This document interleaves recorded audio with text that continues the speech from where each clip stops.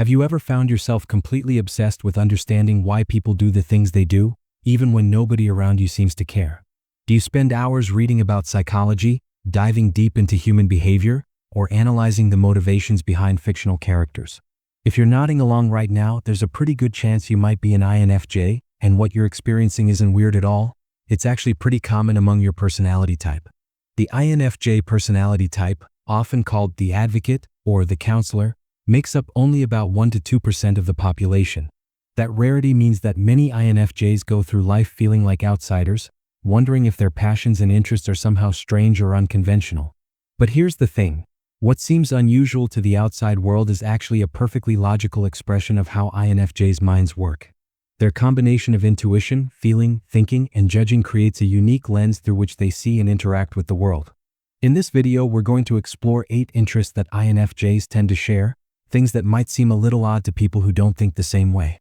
These aren't just hobbies or passing fancies. They're deep-rooted patterns that emerge from the core of how INFJs process information and connect with the world around them.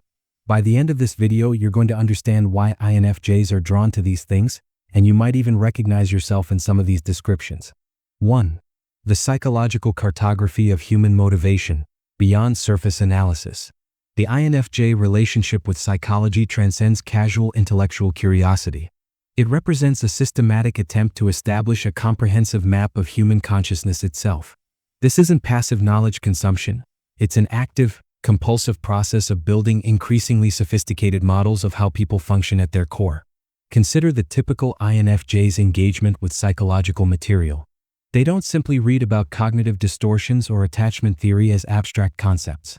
Instead, they engage in what might be called recursive analysis, simultaneously applying theoretical frameworks to observe themselves, dissecting their own reactions to the theory, then analyzing why they're analyzing themselves. It's consciousness examining itself, creating feedback loops of increasing complexity. What drives this fascination runs deeper than intellectual interest. INFJs possess what researchers describe as a heightened capacity for perspective taking, a neurological trait that makes them compulsively interested in understanding others' internal landscapes. They become preoccupied with questions like, what subjective experience created that behavioral response? What underlying wound generates that defensive pattern? How does this person's childhood architecture shape their present choices? This manifests in observable patterns. An INFJ might spend weeks examining criminal psychology case studies, not from morbid fascination, but from a genuine need to understand the causal chain of circumstances and choices that led someone toward harm. They're essentially running diagnostic procedures on human nature, searching for patterns that illuminate the complexity beneath surface behavior. The deeper layer involves what psychologists term emotional scaffolding. The INFJ's belief that if they can sufficiently understand how human psychology operates, they can become better equipped to support, guide, and potentially heal others. Knowledge becomes a tool for compassionate intervention. Understanding becomes a pathway to purpose. 2. Narrative architecture and character ontology. Why INFJs become story archaeologists. The INFJ engagement with fiction operates on fundamentally different principles than recreational entertainment.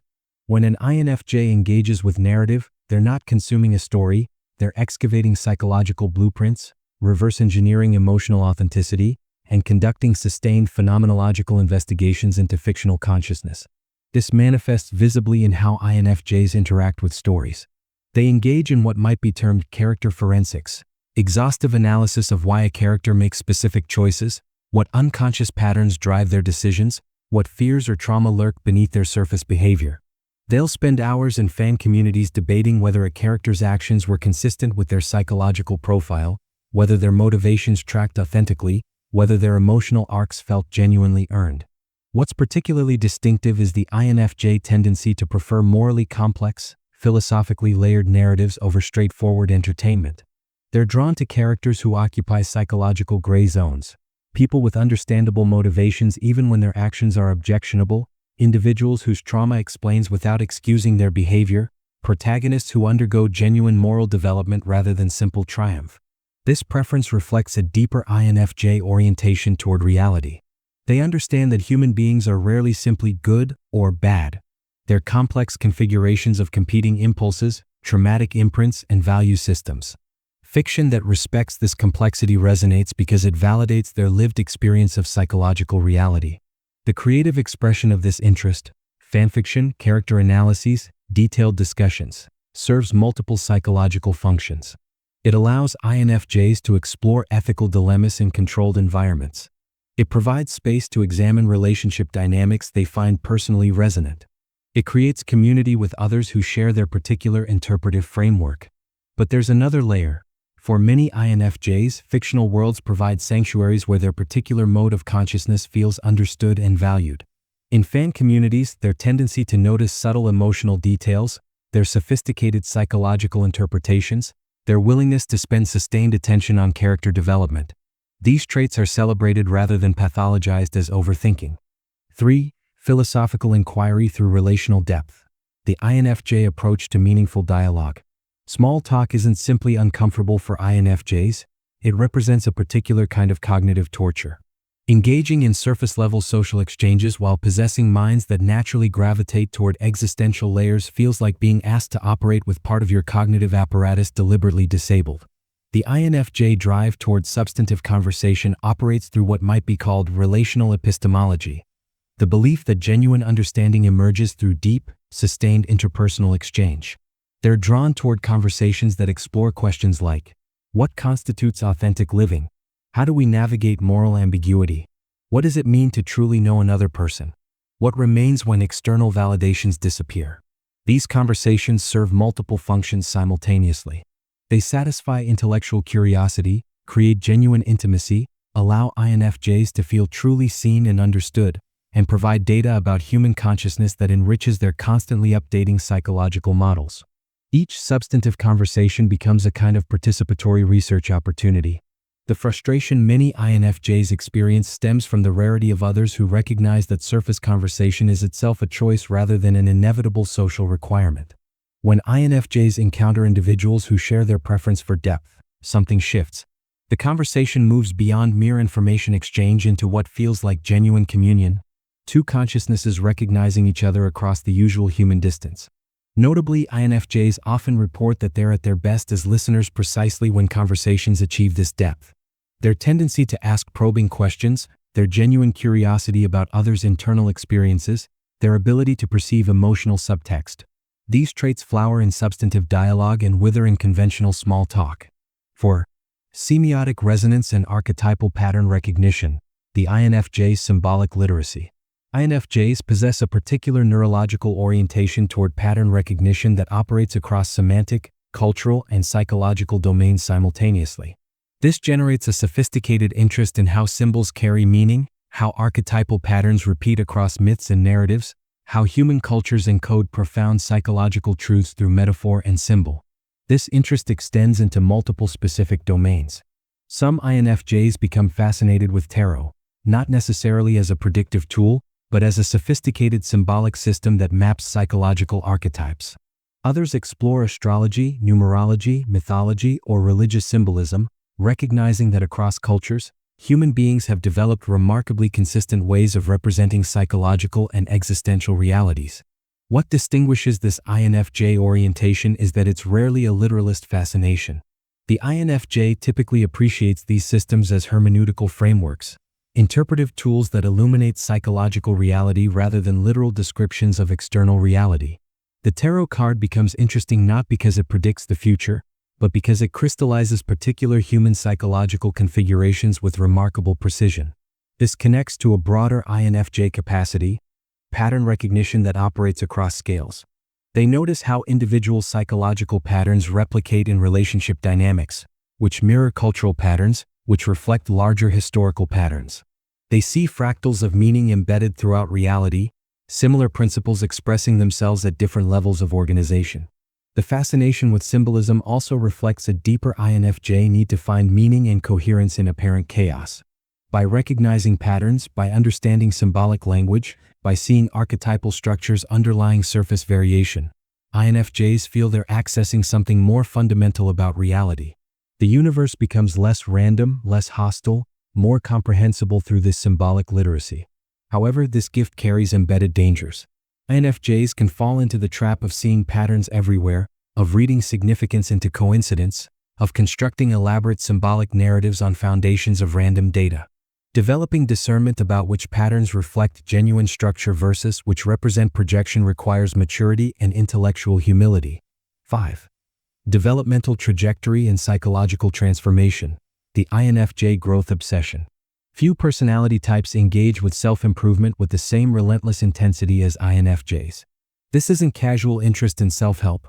It represents a fundamental belief that human beings are infinitely malleable, that trauma can be healed, that consciousness can evolve, that genuine transformation is possible. This manifests in observable behaviors. INFJs collect growth frameworks with the intensity of museum curators. They attend therapy with the consistency of religious devotion. They read psychology books not to accumulate knowledge but to identify which aspects of their psychological architecture require renovation.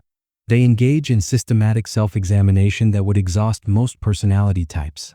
What drives this compulsion operates on multiple levels.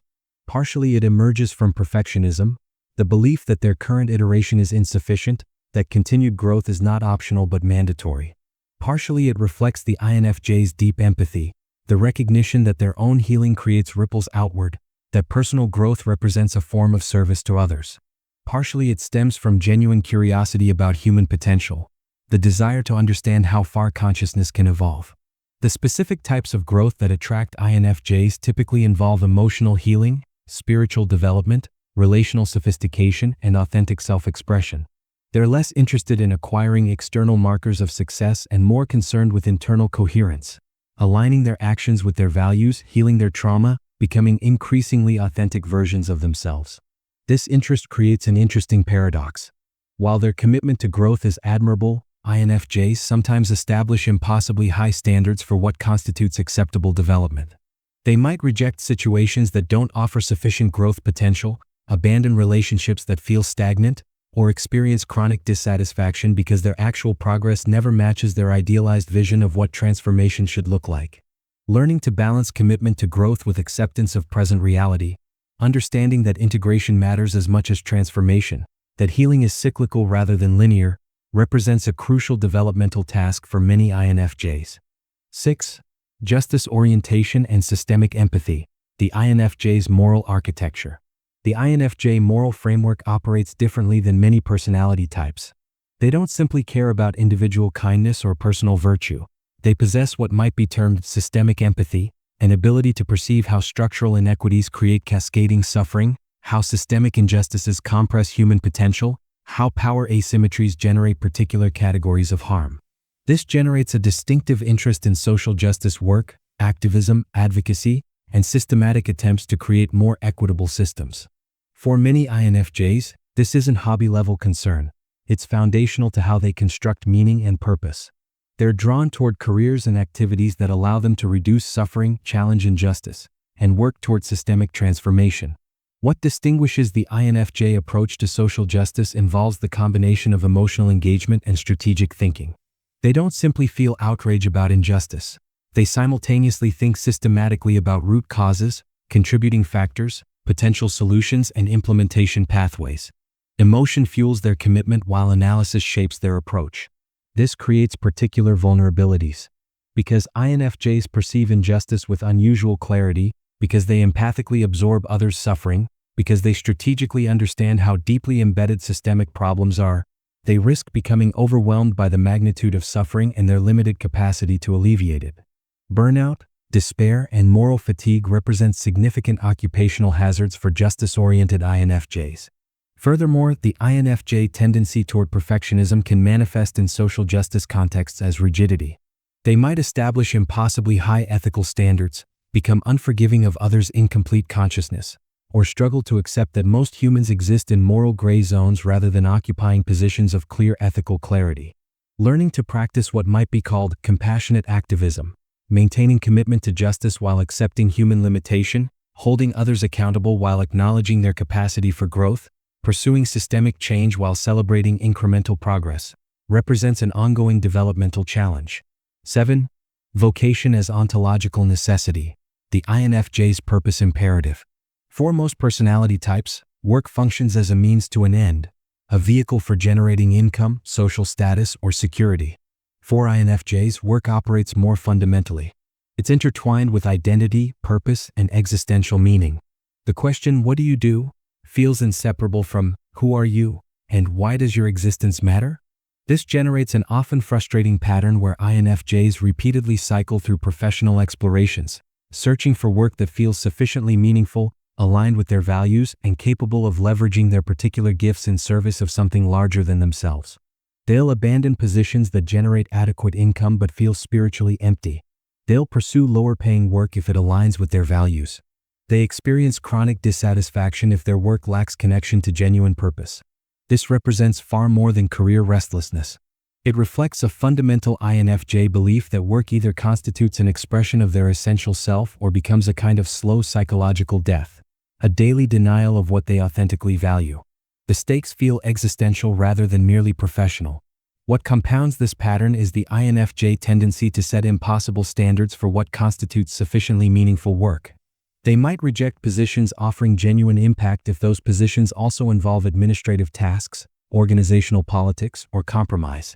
They search for roles that are simultaneously deeply purposeful, intellectually stimulating, emotionally resonant, aligned with their values, and somehow free from the mundane friction that characterizes actual employment. The maturation process typically involves INFJs learning that meaningful work contains pockets of meaninglessness, that genuine purpose sometimes involves unglamorous daily tasks, that even work aligned with their deepest values will generate frustration and limitation. Finding sufficient purpose while accepting real-world constraints represents a central developmental challenge. Additionally, the INFJ tendency to change careers can reflect not instability but appropriate responsiveness to evolving understanding. As INFJs develop greater clarity about their authentic values and gifts, they naturally gravitate toward different professional expressions. What appears as fickleness often represents genuine evolution. 8. Creative expression as consciousness documentation, the INFJ's artistic necessity. While not all INFJs identify as artists, many experience a genuine compulsion toward creative expression.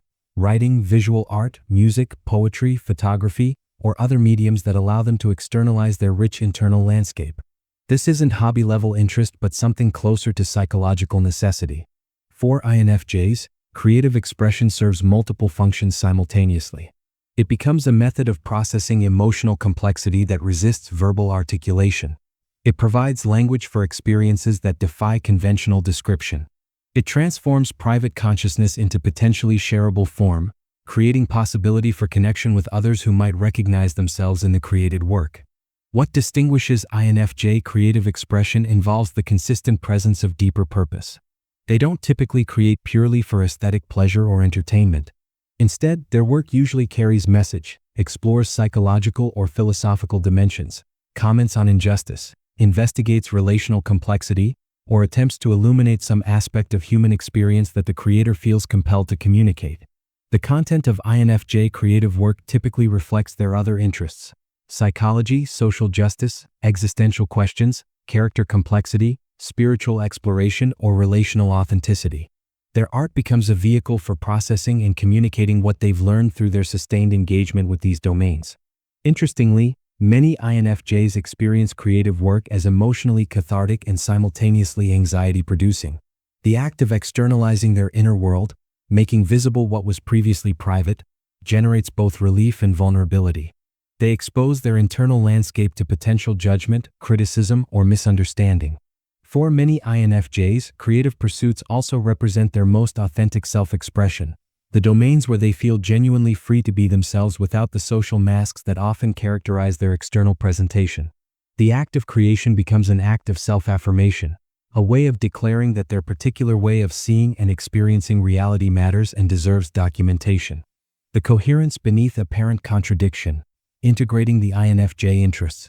What becomes apparent when examining these 8 intersecting interests is that they're not random or disparate. Instead, they form a coherent whole, different expressions of a unified psychological orientation. Each interest reflects the particular way INFJs construct meaning, process information, and engage with reality. The INFJ consciousness operates like a sophisticated interpretive apparatus constantly engaged in reality translation.